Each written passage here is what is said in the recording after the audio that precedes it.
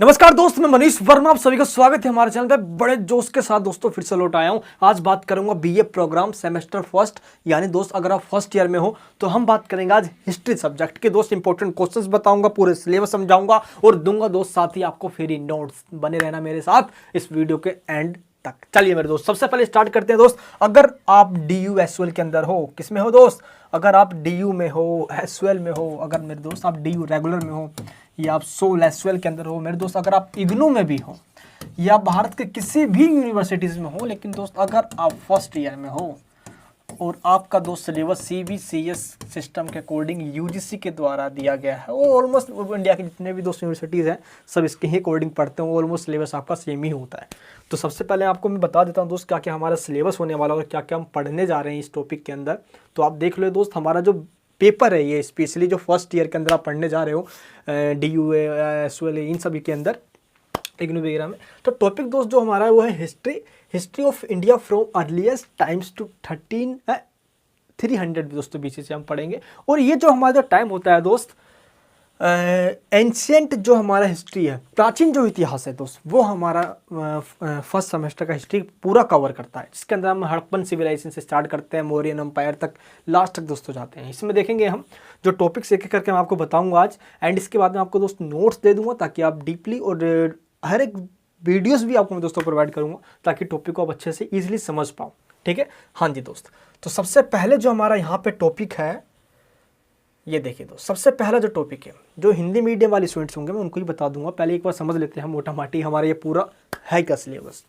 Interpreting दोस्त ancient India, survey of source दोस्त, जब से सबसे जो पहला यूनिट है उसमें से एक क्वेश्चन दोस्त आना कंपलसरी है कि हम इंडियन हिस्ट्री को, यानी कि भारतीय इतिहास को समझने के या जानने के कौन कौन से साधन हैं, जिसमें दोस्त लिटरेचर है, स्क्रिप्ट है, कॉइन्स है, हम ये सब देखेंगे।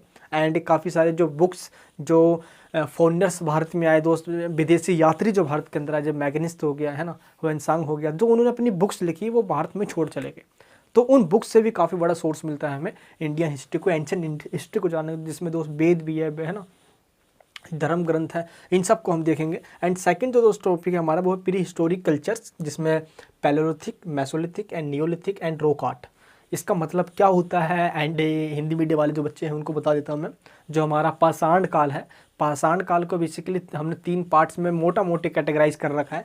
वो है पैलेयोलिथिक यानी कि दोस्त पूरा पाषाण काल, मध्य पाषाण काल और नव पाषाण काल। ये 3 ही काल है दोस्तों मेन, और इन तीनों काल पे ही मेन क्वेश्चन उठ कर आते हैं। पूरा पाषाण काल है ना, पाषाण काल, मध्य पाषाण काल और नव पाषाण काल, इसको 4 कैटेगरी में भी डिवाइड किया जा सकता है। तो बेसिकली जो क्वेश्चन आता है वो आता है पूरा पाषाण काल और मध्य पाषाण काल में क्या डिफरेंस है, एंड दोस्तों या तो पैलेयोलिथिक और नियोलिथिक में क्या डिफरेंस है, या दोस्तों मेसोलिथिक या नियोलिथिक यानी कि मध्य पाषाण और नव पाषाण काल में क्या डिफरेंस है। इस पे दोस्तों क्वेश्चन आ जाता है। एक बार मैं ओवरव्यू दे रहा हूँ, देन आपको मैं इन सबको समझा दूंगा एक बार, ठीक है, ओवरव्यू देके। हाँ जी, जो थर्ड हमारा यूनिट है दोस्त, उसमें पढ़ना है हमें हड़प्पन सिविलाइजेशन के बारे में, इसका ओरिजिन कैसे हुआ, इसका एक्सटेंड डी कहाँ कहाँ तक फैला हुआ था, है ना, इसकी फीचर्स क्या है, सोशल कल्चर कैसा था, इसमें सोसाइटी कैसी थी, खान पान, रहन सहन, बोल चाल, ये सब समझेंगे दोस्त। इनके मोहरे, पाट का कला, इन सबको देखने के बाद हम लास्ट में देखेंगे कि हड़प्पा सभ्यता, मोहनजोदड़ो दोस्त, इनका कैसे डिक्लाइन हुआ, आखिर फॉल कैसे हो गया इनका, है ना, ये बट पूरे तहस नहस कैसे हो गए, इनके रीजन देखेंगे दोस्त। लास्ट में बात करते हैं 4th यूनिट की, एंड जो है हमारा वैदिक कल्चर दोस्तों, वैदिक सभ्यता या वैदिक कल्चर, जिसमें वेदों का महत्व हुआ करता था, ऋग्वेद, यजुर्वेद, सामवेद, अथर्ववेद, इन 4 वेदों की दोस्त बात करेंगे। वैदिक एज के बाद आता है पोस्ट वैदिक एज, उत्तर वैदिक काल। उत्तर वैदिक काल में दोस्त 4 वेद की बात आएगी, उसके अकॉर्डिंग पूरा सोसाइटी रेगुलेट हुआ करता था। पोस्ट वैदिक काल हमारा है उत्तर वैदिक काल, वेदों के बाद वाला काल दोस्त। वैदिक काल के अंदर इतना ज़्यादा एग्रीकल्चर वगैरह पे सब लोग डिपेंड हुआ, बहुत तो मतलब ये कह सकते हो कि इतना आर्यंस वगैरह के भी आप पढ़ोगे इसके अंदर भी आप, तो दोस्त इसके वैदिक एज के अंदर एग्रीकल्चर के बारे में भी लोगों को ज़्यादा जानकारी नहीं हो पाई थी, है ना, लेकिन पोस्ट वैदिक आते आते बहुत जानकारी होगा, इस एक्सपेंड होता चला गया एग्रीकल्चर बहुत तेज़ी से। एंड मौर्य एम्पायर पढ़ेंगे इसके बाद हम, और मौर्य एम्पायर भाई अरे कौन नहीं जानता भाई, अशोक साम्राज्य, है ना, मौर्य साम्राज्य, लोग अशोक की महानता के कारण इसको अशोक साम्राज्य भी कह देते हैं, लेकिन दोस्त दुर्भाग्य ये है कि अशोक के बाद पूरा अशोक मौर्य डायनेस्टी खत्म हो गया, है ना। एंड इसके बाद दोस्तों तमिलकम देखेंगे हम 7th यूनिट के अंदर, संगम साहित्य, साउथ हिस्ट्री, भारत की साउथ इंडियन हिस्ट्री, दोस्त दुर्भाग्य भारत के हिस्ट्री का भी ये भी है कि भारत के हिस्ट्री के अंदर जो नॉर्थ इंडिया है इसका काफ़ी पोर्शन पढ़ाया जाता है, लेकिन साउथ का बहुत कम पार्ट पढ़ाया जाता है, जिसको हम तमिलकम या संगम साहित्य में ही कवर करते हैं मोटा मोटी हम एक बात करें तो दोस्त। एंड लास्ट यूनिट है post Mauryan age with special reference to and दोस्त सातवाहन एंड कुषाण। तो सातवाहन और कुषाण, तो ये तो आपको मैंने समझा दिया दोस्त। एंड जो बच्चे अगर इसको समझने में थोड़ा उनको प्रॉब्लम आती है दोस्त, तो मैंने जो आपको नोट्स देने जा रहा हूँ ना यार, इस नोट्स के अंदर मैंने इसको हिंदी इंग्लिश दोनों में ही लिख दिया है। जैसे ये नोट्स देखोगे, ये नोट्स आई थिंक हाँ ये इंग्लिश मीडियम वालों के लिए है, एंड हिंदी मीडियम वाले देखेंगे यहाँ पे नोट्स। अभी जो मैंने सिलेबस समझाया दोस्त थोड़ा इंग्लिश में मैंने बोल दिया है यहाँ पे स्क्रीन पे दिखा के, तो एक बार हिंदी मीडियम वाले बच्चों को दिखा देता हूँ मैं। ये देखिए जो आपके मेन जो यूनिट अभी मैंने आपको बताया दोस्त, उसको मैंने अपने नोट्स में हिंदी में टाइप कर दिया ताकि आपको दिक्कत ना आए समझने में। सबसे पहले इतिहास लेखन की प्रवृत्तियाँ और स्रोतों का सर्वेक्षण, है ना, वही source of knowing of the Indian history. Second दोस्त प्रागैतिहासिक संस्कृतियाँ, पूरा पाषाण, मध्य पाषाण, नव पाषाण, है ना। एंड दोस्त ये सब इसी का पार्ट है। एंड फिर देखेंगे हड़प्पन सभ्यता, है ना, हड़प्पन सिविलाइजेशन, हड़प्पा सभ्यता एंड जो गैर हड़प्पा यानी कि ऐसे सभ्यता जो कि हड़प्पा सभ्यता से उनका संबंध नहीं है, हम उनके बारे में चर्चा करेंगे इसके अंदर। फिर वेदी संस्कृति और वेदी संस्कृति के बाद वाला काल एंड मौर्य साम्राज्य, बस, है ना। फिर उसके बाद दोस्तों हमारा दक्षिण का स्टार्ट हो जाता है, जो दक्षिण का जो हिस्ट्री है फिर वो स्टार्ट हो जाता है, जिसमें हम संगम साहित्य की बात करते हैं। संगम साहित्य दोस्तों एक ऐसा ग्रंथ जो कि पूरे साउथ के इतिहास के दोस्तों दक्कन से लेके तमिलकम पूरे, है ना, इनका पूरा पार्ट कवर करता है। तो काफ़ी ज़रूरी है दोस्त हमें संगम साहित्य पढ़ना, इसमें क्वेश्चन आ ही जाता है, चाहे चेल चोल पांडे का दोस्तों हिस्ट्री हो, सातवाहन का हो, कुषाण का हो, ठीक है। उसका एंड मौर्य काल के बाद वाले काल में दोस्तों क्या हुआ ये हमें देखना है। तो स्पेशली बताऊं दोस्तों ये सभी टॉपिक्स आपके फर्स्ट ईयर हिस्ट्री के अंदर है, सेमेस्टर फर्स्ट में।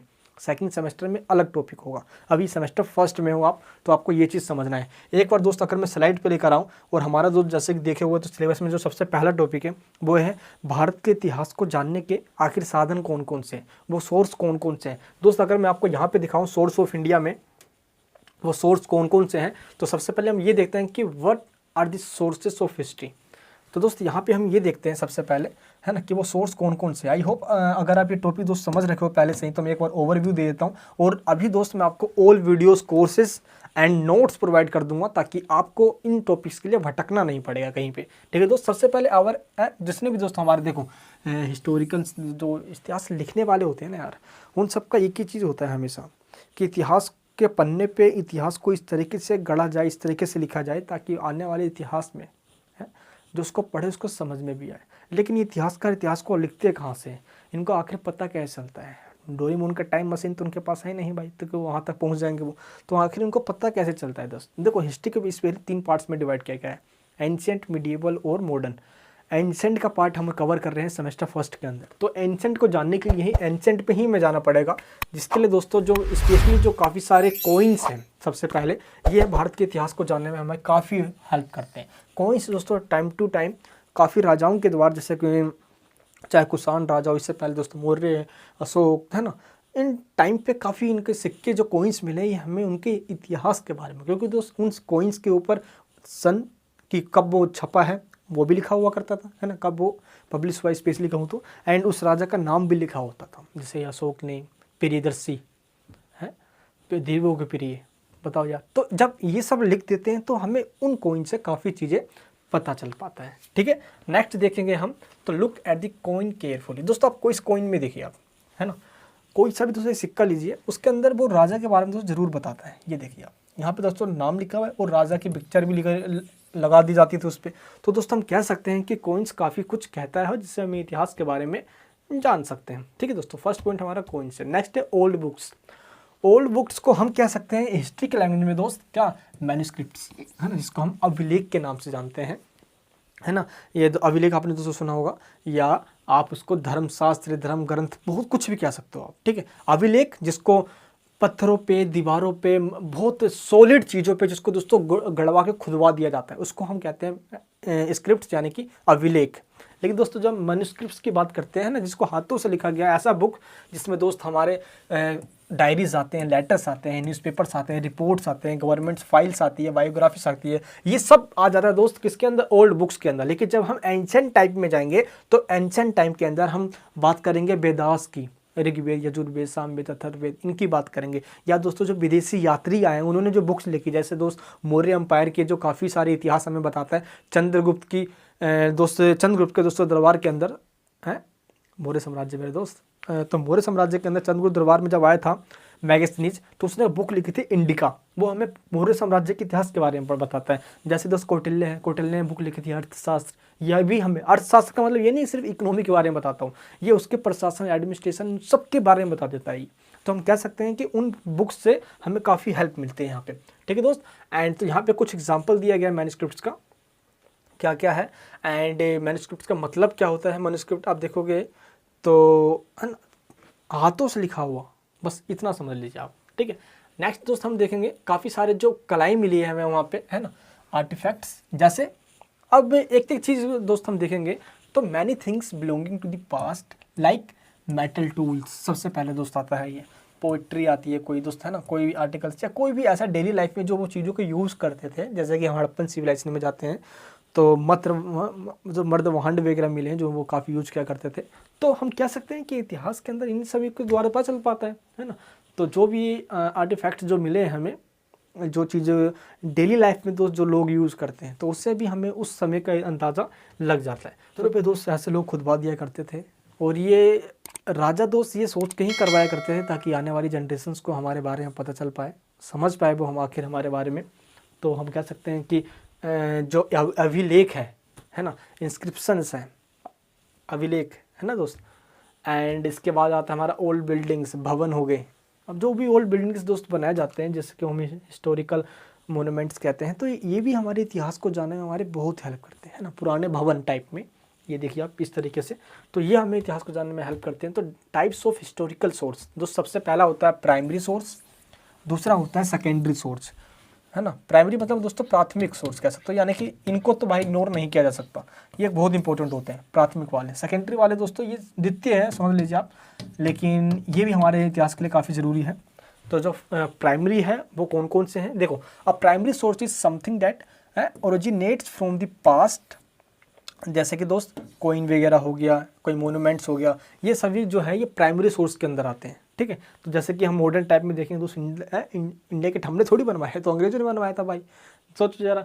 तो और इंडिया गेट भी आप देखिए अंग्रेजों ने बनाया। इंडिया गेट किस लिए बनाया है, ताकि जो वर्ल्ड वॉर फर्स्ट के अंदर जो भारतीय जवान शहीद हुए थे वो भी अंग्रेजों के लिए, वर्ल्ड वॉर फर्स्ट चल रहा था।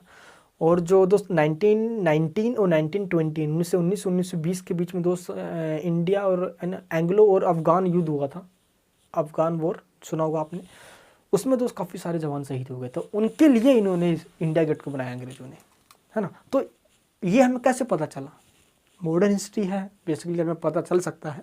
लेकिन फिर भी ये दोस्त साफ देखो, इंडिया गेट पे हम देखते हैं ना दोस्त, कई हजारों आप लोग कई नाम लिखे हुए जवानों के।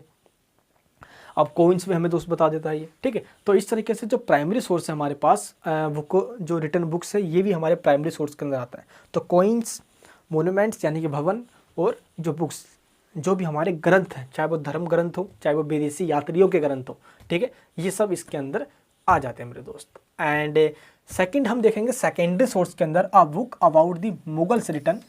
दोस्त जो मुगल्स, जैसे कि आप देखोगे दोस्त, आईने अकबरी का नाम आपने सुना होगा, आईने अकबरी काफ़ी फेमस। एंड इस तरीके से मुगल एम्पायर के टाइम से ऑनवर्ड्स कह सकते हो आप, उसके टाइम से आगे, मुगल एम्पायर से आगे का जितना भी दोस्तों सोर्स रहा वो हमें मॉडर्न हिस्ट्री के बारे में बता देता है, मिडिवल हिस्ट्री के बारे में बता देता है, जो कि इतिहास में कौन था, उसने, उसका जन्म कहाँ हुआ था, उसने क्या किया, है ना, एंड वो कब क्या कर रहा है दोस्त, वो कैसे कर रहा है, ये सब दोस्त क्वेश्चन जो है हमें इनसे पता चल जाता है। दोस्त इस तरीके से हम कह सकते हैं कि हिस्टोरिकल पर्पस से जब हम किसी चीज़ों को रिसर्च कर रहे होते हैं, तो बेसिकली मॉडर्न पीरियड हो या मिडिवल या एंशिएंट, उस टाइम पीरियड के अंदर दोस्त 4-5 चीज़ें हैं। एक मोनूमेंट्स यानी कि उस टाइम के भवन जो बनाए गए हैं, कोइंस, सिक्के जो उस टाइम यूज़ किए गए, डेली लाइफ में दोस्त जो चीज़ें वो यूज़ किया करते थे, तीसरी बात वो है। चौथी बात दोस्तों, ये जो उस टाइम के जो बुक्स या धर्म ग्रंथ या जो भी ग्रंथ होगा दोस्त, वो है। अभी डीपली पढ़ेंगे, मैं तो आपको सिर्फ मोटा मोटी पहले बता देता हूँ हिस्टोरिकल पर्पस से कि चीज़ क्या है जो हमें बताती है कि इतिहास कैसे हमें पता चलता है। ठीक है दोस्त, चलिए, तो ये सारे हमारे पॉइंट्स आते हैं हिस्ट्री को पता लगाने के। क्लियर है अब ये सारे पॉइंट्स दोस्त? मुझे लगता है कि आपको कोई ऐसे डाउट्स नहीं होगा इसके अंदर। हाँ जी, तो अब हम बात करते हैं जो हमारा नेक्स्ट टॉपिक, और दोस्त नेक्स्ट टॉपिक हमारा इतना ज़्यादा इंपॉर्टेंट है, इतना ज़्यादा इंपॉर्टेंट है कि दोस्त हम इसको इग्नोर ही नहीं कर सकते। वो हमारा टॉपिक है हड़प्पन सिविलाइजेशन, हड़प्पा सभ्यता, है ना। लेकिन हड़प्पा सभ्यता से दोस्त पहले भी एक टॉपिक है जिसको हमें समझना होगा, और वो है दोस्त प्री हिस्टोरिक टॉपिक, यानी कि इस सभ्यता के जन्म होने से पहले का टाइम पीरियड है। दोस्त ऐसा कहा जाता है कि भारत के अंदर सभ्यता का उदय हड़प्पा सभ्यता से हुआ, लेकिन हड़प्पा सभ्यता से पहले का टाइम पीरियड क्या था, आखिर उस टाइम पीरियड में लोग क्या किया करते थे, कैसे रहा करते थे। दोस्त उस टाइम पीरियड को थोड़ा हम समझ के देखते हैं, है ना, तभी हमें थोड़ा सा और डीपली समझ में आएगा। चलिए दोस्त एक बार मैं आपको वो भी समझा देता हूँ। ये रहा दोस्त हमारा प्री हिस्टोरिक एज, ये देखिए दोस्त, ये हमारा प्री हिस्टोरिक एज। अभी आपके सामने दोस्त मैं सारी आपको स्लाइड्स भी दे दूंगा। जब दोस्त लोग मतलब कि कह सकते हो कि धरती पे लोग इंसान तो थे, लेकिन इंसानों को इंसानियत के बारे में ही पता नहीं था, जिसको दोस्त होमोसेपियंस के नाम से जाना करते थे। उनको इस्तेमाल कहाँ पे करना है दिमागों को, उनको यही नहीं पता था यार, है ना, लेकिन बुद्धि उनमें थी मेरे दोस्त। तो ओल्ड स्टोन एज सबसे पहले तो 2 मिलियन ईयर्स अगो का टाइम पीरियड है मेरे दोस्त, पूरा पाषाण काल, है ना, पूरा पाषाण काल, ये वाला दोस्तों मेरे जो टाइम पीरियड है। फिर मिडल स्टोन एज आता है जो कि है मैसोलिक, जिसको हम कहते हैं मध्य पाषाण काल। फिर दोस्तों न्यू स्टोन एज यानी कि नव पाषाण, है ना। तो ये 3 एज ही टोटल हमारे पास, जो कि दोस्त हिस्टोरिकल पर्पस से आप एज कह सकते हो, या मानव इंसानों का उदय कैसे हुआ, धरती पे विकास कैसे हुआ, ये दोस्तों आप टाइम पीरियड भी कह सकते हो। जब दोस्त इंसान फिर दोस्त आप देखोगे पैलोथिक एज के अंदर कह सकते हो फिर हिस्टोरिक एज है, ये प्रागैतिक इतिहास है। क्योंकि दोस्त इतिहास किसे कहते हैं, जरा मुझे आप एक बार ये क्वेश्चन का जवाब दीजिए। आप इतिहास आखिर कहते किसे, जरा आप खुद से सोच के देखो। इतिहास हम उसे ही कहते हैं जिसके बारे में सोर्सेस जो हैं, जो रिकॉर्ड्स हैं, वो रिटर्न लिखित में अवेलेबल हो। हम इतिहास उसको कभी नहीं कहेंगे मेरे दोस्त, मतलब यानी कि उसको हम इतिहास नहीं कहते जो लिखित में अवेलेबल नहीं है। तो जो लिखित में नहीं है तो उसको क्या कहेंगे मेरे दोस्त। अब यहाँ पे आप ये भी सोच रहे होगे यार, अच्छा ऐसी बात है तो फिर हम उसको क्या कहेंगे। देखो यार क्या होता है ना कि जो चीज़ लिखित में नहीं होती उसको कहते हैं हम प्रागैतिहासिक काल। क्या कहते हैं इसको, prehistoric age, prehistoric age, prehistoric age. ये दोस्तों काफ़ी इंपॉर्टेंट है, ये ध्यान रखना आपको। प्री हिस्टोरिक, या इसको हिंदी में कहते हैं दोस्त प्रागैतिहासिक काल, प्रागैतिहासिक काल। ये ऐसा काल है जब हमारे पास उस काल के बारे में रिटर्न रिकॉर्ड अवेलेबल नहीं है, कोई रिटर्न रिकॉर्ड नहीं है। और दोस्त ये टाइम है प्री हिस्टोरिक है, वैसा काल जिसमें रिकॉर्ड कुछ है नहीं। जब इतिहास स्टार्ट होता है जब हमारे पास लिखित रिकॉर्ड अवेलेबल होनी स्टार्ट हो जाती है। ठीक है दोस्त, ये चीज़ आपको ध्यान रखना है। चलिए, तो अगर हम पैलोलिथिक एज की बात करते हैं, पूरा पाषाण एज की दोस्तों बात करते हैं, जब इंसान शिकार करके खाया करता था, इंसान के पास खुद खाने के लिए क्या यार, नंगे रहा करता था, इंसानों को इंसान मार के दोस्तों खा लिया करता था, जानवरों को खाया करते थे। तो ये पैलोलिथिक काल है। इंसान मतलब कि कह सकते हो कि इस टाइम के अंदर बिल्कुल स्टोन एज, सभी चाहे वो औजार हो गए या सब कुछ दोस्तों वो पत्थरों से बनाया करता है। क्योंकि जब मैं वर्ड कह रहा हूँ यहाँ पे पूरा पाषाण, मध्य पाषाण, नव पाषाण, इनका मतलब क्या हुआ, इनमें दोस्तों एक वर्ड आ रहा है पाषाण। पाषाण का मतलब होता है पत्थर, है ना। मैसोलिथिक, लिथिक मतलब दोस्तों पत्थर होता है यहाँ पे। ठीक है, अब यहाँ पे देखेंगे हम तो जो पैलोलिथिक, ये तो देखोगे आप वर्ड यहाँ पे देख रहे हो आप, हाँ जी, ये देखिए दोस्त वर्ड है ना पैलोलिथिक, और इसको अलग नाम से भी दोस्तों जाना जाता है, वो है ओल्ड स्टोन एज। ठीक है दोस्त, मैसोलिथिक हमारे पास है, फिर मिडल स्टोन एज में आता है मैसोलिथिक, एंड देखेंगे न्यूलिथिक जो हमारे पास दोस्तों एज है वो है न्यू स्टोन एज, उसको कह सकते हो। ठीक है, तो बेसिकली हमारे पास यही एजेस है जहाँ पे इंसानों ने सबसे पहले पत्थरों से औजार्स बनाने, अपने टूल्स बनाने दोस्तों स्टार्ट किए। जैसे जैसे समय बीतता गया देखोगे दोस्त कैसे इंसान पहले पत्थरों से औजार बनाया करता था। ये देखिए भाई ऐसे ऐसे औजार। लेकिन इंसानों को दोस्त इस वाले टाइम पीरियड के अंदर होमोसेपियंस इसलिए ही कहा गया क्योंकि उनके पास बुद्धि तो थी, तभी तो ये सब वो बना पा रहे थे, हैं औजार दोस्तों वो बना पा रहे थे पैलोलिथिक काल के अंदर। लेकिन भाई वो चीज़ों को शिकार करके ही खाते थे, पेट अपना भरना शिकार के, देखो भाई कैसे मार दे रहे हैं, नंगे रहा करते थे, हैं नंगे तो रहा करते थे भाई।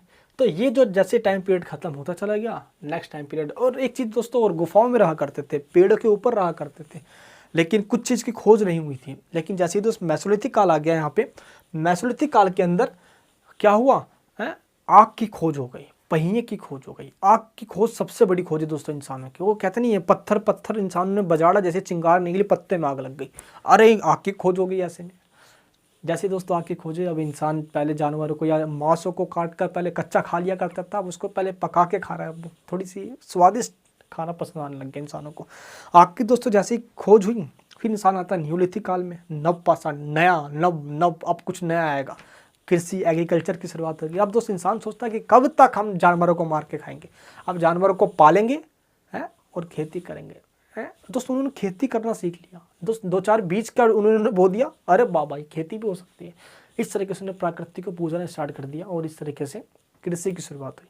और जैसे ही दोस्त एग्रीकल्चर की शुरुआत हुई, हड़प्पा सभ्यता बसना स्टार्ट हुआ। सिंधु सभ्यता, इंडस वैली सिविलाइजेशन दोस्त भारत की सबसे पहली सभ्यता मानी जाती है दोस्त। इंडस या सिंधु के नाम पे दोस्तों हिंदू पड़ा, और हिंदू के तभी दोस्त हमारा ये भारत महान हिंदुस्तान हुआ। चलिए दोस्त ये टॉपिक तो यही है हमारा।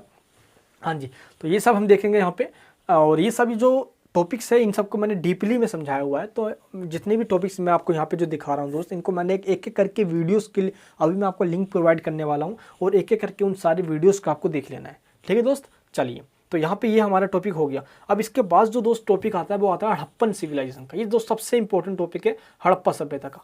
ये टॉपिक आपको इतने अच्छे से समझना है, इतने अच्छे से समझना है कि मतलब कुछ पूछो मत भाई। अब अगर आपने ये हड़प्पन सभ्यता वाला टॉपिक अच्छे से समझ लिया, पूरा इतिहास मेरे दोस्त समझ में आ जाएगा, पूरा इतिहास आपको समझ में आ जाएगा। कोई टॉपिक आपके पास बचेगा ही नहीं कि जो आपको समझ में ना आए। तो इसलिए अब मैं क्या करता हूँ, एक बार मैं आपको हड़प्पन सिविलाइजेशन का थोड़ा सा दे देता हूँ ओवरव्यू, देन फिर मौर्य एम्पायर जो हमारा टॉपिक है ये। दोस्त अभी हमने देखा कि जो हमारा प्री हिस्टोरिक टाइम पीरियड है उसके अंदर क्या होता है कि चालकोलिथिक टाइम पीरियड था, है ना। क्या था? चालकोलिथिक टाइम पीरियड था। अब दोस्त चालकोलिथिक का मतलब क्या होता है? कॉपर प्लस स्टोन, यानी कि दोस्त कॉपर, तांबा और पत्थरों को इंसान यूज करता है, उसको चालकोलिथिक कहा जाता है। ताम्र पाषाण काल, सुना आपने? ताम्र मतलब तांबा, पाषाण मतलब पत्थर, ताम्र पाषाण, इंग्लिश में कहते हैं चालकोलिथिक। इसको इंसान दोस्त यूज क्या करता था इस टाइम पीरियड के अंदर, नंगे रहा करता था, है ना, शिकार करके खाया करता था। टाइम बीतता चला गया, अब इंसान पत्थरों को तो दोस्त यूज कर ही रहा है, लेकिन अब इंसान एक जगह पे बसना स्टार्ट हो गया। अब इंसान एक जगह पे स्टेबल तभी होता है जब उसको खाना पीना एक जगह पे ही मिल जाए, और इसके लिए सबसे अच्छा चीज़ है एग्रीकल्चर। दोस्त इंसान ने कृषि करना सीख ली, और इस तरीके से सिंधु सभ्यता के आसपास के सभी लोग उस जगह पे लोग बस गए, और देखते ही देखते दोस्त यहाँ पे एक बहुत बड़ा सभ्यता सा बन गया। ये देखिए दोस्तों मेरे पीछे जो ये भारत का सबसे महान सभ्यता है और सबसे बड़ा सभ्यता है ये, है ना, भारत का। और दोस्त इस तरीके से डिस्कवर ऑफ हड़प्पन सिविलाइजेशन देखेंगे हम। तो यहाँ पे आप देखिए ये हमारा हड़प्पा है, और हड़प्पा के ही सभी जो दोस्त क्षेत्र है सबसे, जिसमें सबसे इंपॉर्टेंट मोहनजोदाड़ो है, बाकी इसके सभी क्षेत्र यहाँ पे सभी मैंने नाम भी दे रखे हैं, और इस मैप के अंदर आपको सभी दिखे जाएंगे। ठीक है, हड़प्पन सिविलाइजेशन में दोस्त जो मैंने वीडियो बनाई, ये धमाकेदार वीडियो है। वो दयाराम साहनी ने दोस्त 1900 कब, अरे बताए ना दोस्त, 1922 में दोस्तों खोज करी, किसकी है? दयाराम साहनी ने। किसकी खोज करी थी मेरे दोस्त? हड़प्पन सिविलाइजेशन की। एंड राखल दास बनर्जी ने खोज करी 1924 में आसपास जाकर मोहनजोदाड़ो की। दोस्तों इस तरीके से हड़प्पन सभ्यता और मोहनजोदाड़ो की खोज हो पाई, और एक नया सभ्यता दोस्तों निकल कर आया, हड़प्पन सिविलाइजेशन, जिसको इंडस वैली सिविलाइजेशन भी कहा गया, जिसका दोस्त टाइम पीरियड है 2600 BC से लेकर 1900 BC तक। ये पूरा इसका टाइम पीरियड माना जाता है। 1900 BC में जाके इसका एंड हो गया, ख़त्म हो गया दोस्त। बाहरी आक्रमण हो गए, काफ़ी चीज़ इसके ऊपर कहा जाता है, लेकिन यहाँ पे ओरिजिन किसका कैसे हुआ इस आपके सिलेबस में दोस्तों ये पॉइंट्स दिया गया है, ये आपको ध्यान रखना है। और ये ऐसा सिविलाइजेशन था जो कि काफ़ी दोस्तों अर्बनाइजेशन था, वो वेल प्लान्ड था। एक प्लानिंग के द्वारा दोस्त इस सिटी को पूरा प्लान के द्वारा दोस्त बनाया गया था, और इसकी दोस्त जो लिखावट आज तक पढ़ी नहीं गई है ना दोस्त, पढ़ी नहीं गई यार। होता क्या, दाईं से बाईं लिखते हैं, जैसे उर्दू लिखा करते हैं, वैसे दाईं से बाईं लगभग 375 से 400 तक डिजिट मिले हैं जो ये अक्षर लिखते हैं, साइन वगैरह, जिनको दोस्तों आज तक पढ़ा नहीं गया। इसको रहस्यमय सभ्यता इसलिए कहा गया है। ठीक है, फीचर्स की दोस्तों बात करते हैं हम, तो फीचर्स में टाउन प्लानिंग है, टाउन का पूरा प्लान करके बसाया गया है। ऊपरी निचली दोनों दोस्तों शहर है दोस्त, एक स्नान घर भी बनाया गया है। ये सब दोस्तों अपनी क्लास 12th क्लास में अगर आपने हिस्ट्री पढ़ी है, चैप्टर 1 ईटे मन के वो भवन पढ़ा ना आपने, याद कीजिए दोस्तों, क्लास 12th में चैप्टर 1 था हड़प्पा सभ्यता। तो ये टॉपिक आपने बहुत अच्छे तरीके से समझ रखा होगा। लेकिन अभी दोस्त ये पूरा चैप्टर मैंने एक ग्राफिक्स में समझा है, जैसे अभी आपको मैं दिखा रहा हूँ, पूरे ग्राफिक्स में समझा है। तो अभी दोस्त मैं आपको ऑल वीडियोस लिंक दूंगा, आपको उस पर क्लिक करना है। लिंक नीचे वीडियो का डिस्क्रिप्शन बॉक्स के अंदर है, आपको सारी वीडियोस मिल जाएगी, एक एक करके उन सभी वीडियोस को देखना है। और दोस्त यहाँ पे जो मैंने स्लाइड्स में समझाया हुआ है ये सारे पॉइंट्स, ये देखिए भाई, ऐसा घर हड़प्पन सभ्यता के लोगों ने पहले ही बना दिया है, सोचिए। और आज हम दोस्त, हम एक हमारा सौभाग्य है कि वेल प्लान दोस्तों जो घर बना रखे थे हड़प्पा सभ्यता के लोगों ने दोस्त, सड़क नालियाँ इतने अच्छे से बना रखे थे दोस्त, घर इतने, देखो भाई कैसे, भाई ये देखिए मजे से सो रखा है भाई, हैं ये देखिए, हैं जिंदगी तो इसे कहते थे भाई। तो घर में दोस्त कुआं हुआ करता था, पानी का बंदोबस्त भी कतई कमाल का हुआ करता था, छत भी इतनी अच्छी कि लोग ठंडे हवा ले सकते थे, रूम इतने दोस्त बड़े हुआ करते थे, और रूम तो लगभग 12-12 रूम, एक मतलब कि एक एक जो घर हुआ करते थे दोस्त वो काफ़ी लंबे लंबे हुआ करते थे, तो 12-12 रूम तक मिले, और घर 3 से 4 मंजिल तक भी मिले हैं, 3 मंजिल तक दोस्तों साक्ष्य सोर्सेज मिले हैं हड़प्पा सभ्यता के अंदर। इस तरीके से जो रोड्स वगैरह दोस्त वो भी काफ़ी वेल प्लान थे, और देखने में ये काफ़ी सुंदर लगता था। और इसको फोर्ट से घेर दिया गया था, दुर्ग बना दिए गए थे, किला बना दिया गया था, ताकि बाहरी आक्रमण ना हो दोस्तों, कोई पशु भी एग्रीकल्चर को खराब ना कर सके। ठीक है दोस्त, इन सभी पॉइंट्स को मैंने डीपली में समझाया हुआ है। एक बार मैं आपसे ज़रूर रिक्वेस्ट करूँगा दोस्त, मैं भी आपको बता देता हूँ कैसे कैसे क्या करना है दोस्त। इस वीडियो के डिस्क्रिप्शन बॉक्स के अंदर, इस वीडियो के डिस्क्रिप्शन बॉक्स के अंदर आपको दोस्त मैंने ऑल वीडियोस की लिंक दी है, ऑल वीडियोस के लिंक, उस पर दोस्त जैसे ही क्लिक करोगे, मैंने आपका पूरा सिलेबस ऑलरेडी ख़त्म करवा रखा है, मैंने समझा दिया दोस्त आप सभी को। तो एक बार सीक्वेंस में दोस्त सारे वीडियोस को देखना है। सेकंड दोस्त, कोविड को देखते हुए मैंने अपने सभी नोट्स फ्री कर दिए हैं, तो अभी जाइए दोस्त, लिंक नीचे वीडियो के डिस्क्रिप्शन बॉक्स में है, जाइए वहाँ से, और नोट जो है दोस्त उसको आप डाउनलोड कर लीजिए। ठीक है, और दोस्त नोट डाउनलोड करने के बाद आप अपनी स्टडी रेगुलर कर दीजिए अब। और बाकी दोस्त अगर आपने वो सारे वीडियोस नहीं देखी दोस्त बहुत दिक्कत आएगी, तो आपको क्या करना है, सारी वीडियोस को भी देख लेना है दोस्त, जो वीडियोस मैंने आपको लिंक दिया है बनाकर। ठीक है मेरे दोस्त, एक टॉपिक बहुत हमारा इंपॉर्टेंट है, वो है वैदिक एज। इसमें भी दोस्त हम पढ़ेंगे, जैसे हड़प्पा सभ्यता हमारे लिए इंपॉर्टेंट है, वैसे ही वैदिक एज के बारे में भी पढ़ना हमारे लिए इंपॉर्टेंट है। कैसे आर्यंस आए, आर्यंस की दोस्तों काफ़ी थ्योरीज है ना। एंड वैदिक एजेस के अंदर जो हमारे पास स्क्रिप्ट्स हैं, चाहे वो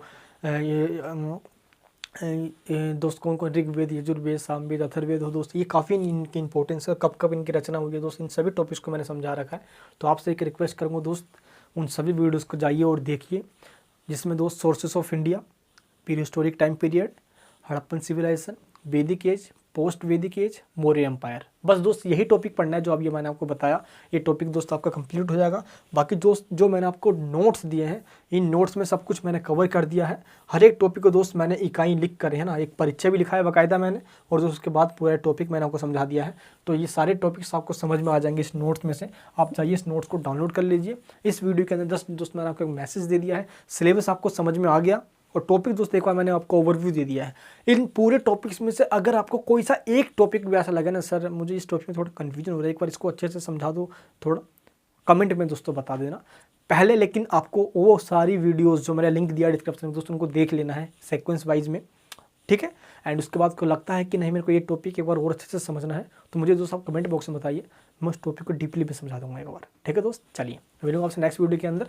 जो दोस्त नोट्स वगैरह हैं, स्लाइड्स है, सबके लिंक नीचे डिस्क्रिप्शन जाके दोस्त जल्दी जाइए, फटाफट डाउनलोड कर लीजिए, अपनी पढ़ाई स्टार्ट कीजिए, और इस चैनल से जुड़े रहिए। नए तो सब्सक्राइब करके बेल आइकन ऑन कर लीजिए। जय हिंद, जय भारत।